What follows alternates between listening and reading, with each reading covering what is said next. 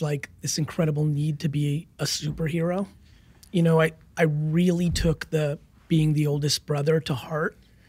You know, it's funny, my sister and I have a joke that a lot of people don't know that she exists, because obviously me and AJ were in business together, and I talk a lot about the Jets, and that has AJ. But my relationship with my sister, who's 3.5 years younger than me, may be one of the most profound relationships I have. She undoubtedly was the first person besides my mother that kind of cheered for me. You know, she looked up to me. My mother is incredibly close to her brother, and so she spent a lot of time building that relationship. We're incredibly close. I feel much more kinship to her when I think about my childhood than AJ, because I was 11 years older. We didn't have the same childhood. We also moved when he was 3. So all my childhood memories have her in it. And I think as I've gotten, in the last 2-3 years, I'm like, oh, I have this like need to be admired, everything that works for me is when I feel like I'm doing it for someone besides myself. I'm doing it to make my parents proud. I'm doing it to show my sister the right way. I'm doing it for my employees. Even the way I got into better health and fitness was I hired a babysitter, but really what I hired was someone to do it for. Mike and Jordan is who I want to make proud today. My scale being 175 versus 176.8, which it was 2 days earlier, and Mike texting me, great job, on the travel day, I did it for him. And so as I'm getting older, and so much of the Gary Venus I'm realizing is I'm happy when I'm doing things that make other people happy, or even at a higher level, creating a framework or a blueprint that they can interpret into themselves. The thing as I got older with my sister, a lot of the things I talked about was, this is my DNA, yours DNA is different, but like, I want you to be happy. It's going to be different for, those kind of things. And so, when I do things like this, I always go with the first thing that came to my mind. I think what's obvious to me is I've exhausted the conversation of grinding and having to do it for myself and learning how to be an entrepreneur in the streets of New Jersey. And recently, in the last couple of years, I've talked more about candor. When I wrote 12 and a half, I'm like, this is my kryptonite. I'm great at candor in this format. Put me on stage, put me on a podcast, give me 30 people listening to me. I'm candor king. Managing Dustin one-on-one, I just love him too much. Even this interview, like I went from a company offsite, and like I got emotional this morning speaking to 35 global leaders. And that was the first time I got emotional the way I usually talk about my parents if I'm at a gala or something of that nature. And it hit me, and my observation was, oh, these people are becoming my family. I talk about Brandon Warnke, my best friend, and I tear up. I talk about my parents and my siblings, and I tear up. This was the first time I kind of teared up for real, deep in a setting when I was talking about those 35 leaders. And it was a nice feeling. I'm like, oh, this is becoming family. And so, I think that candor has been a weakness on a one-to-one basis when it's emotional. That I've started talking about. The newest thing of this moment, when you ask me, is what is it that makes me want to be like this? And to be very frank, it's quite enjoyable.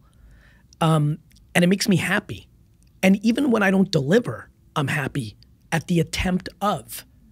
And so I think I'll probably spend the next half decade trying to finish this thought and probably produce content around it. Because the thing I always think about is, if I'm this happy, if I lack the anxiety that I see in 99.9% of people, I have a sense of responsibility to over-communicate in case a sentence on a podcast triggers something for someone and starts their journey to be happier. I don't know something more noble a human can do than be on a quest to leave collateral, droppings along the way that may help and will help others.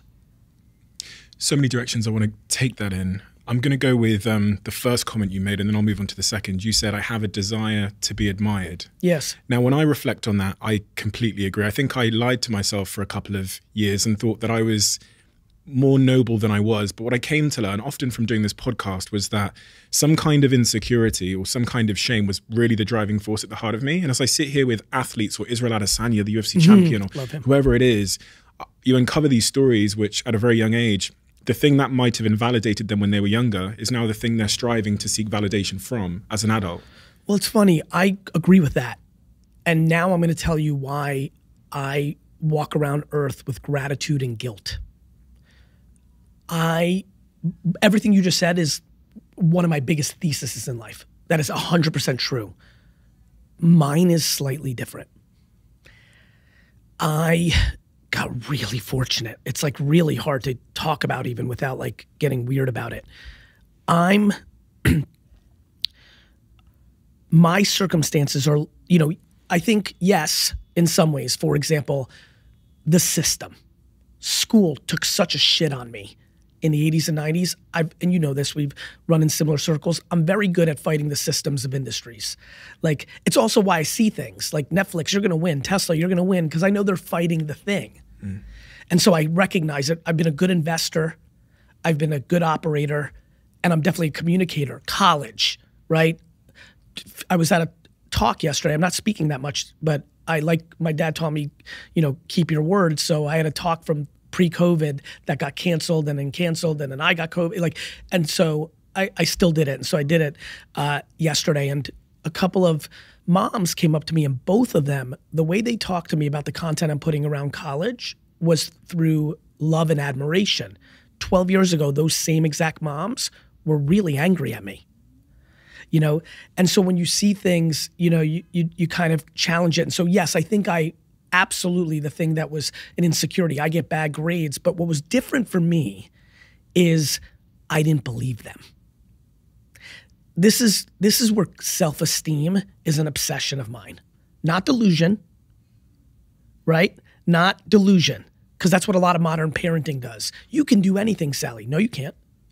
Sally, you are not athletic enough to be in the WNBA. It wasn't that. It was this weird balance that my mom created between deep confidence, but accountability and truth.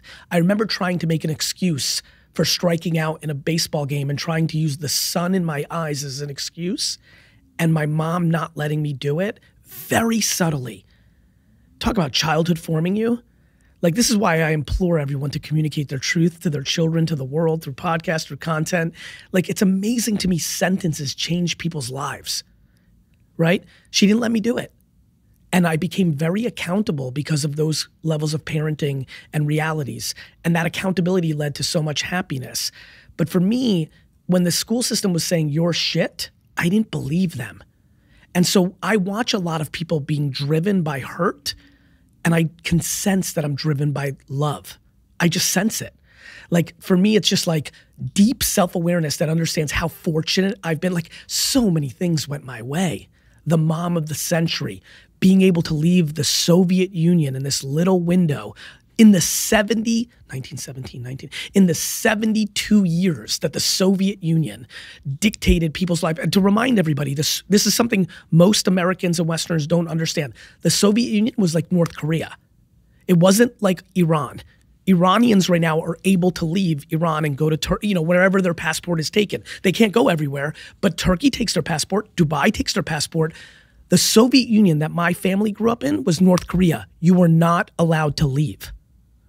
But this little event in 1970 of 8 Russians trying to hijack a plane to go to Sweden to escape created a global story that led to pressure on Russia, where Spain and Israel and America teamed up and had this little moment where Russia had spent too much money on their weapons of war and were starting to run out of resources, and conformed to their anti-Semitism and decided to take money from the US and Israel in exchange for a couple of 100,000 people. And I'm one of those people. And I, born with insane levels of entrepreneurship and gift of gab and offense, get to go from the worst place on earth at the time, and for someone like me in 1978, to the best place on earth.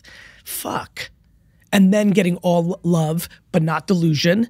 And so by 10, being in the grit of like studio apartment with tons of family members in Queens, like all shit, but being 10 years old and having little, but being happy as fuck and being loved insane. And now a 10-year-old me realizes that money has no impact on happiness. I was built to win.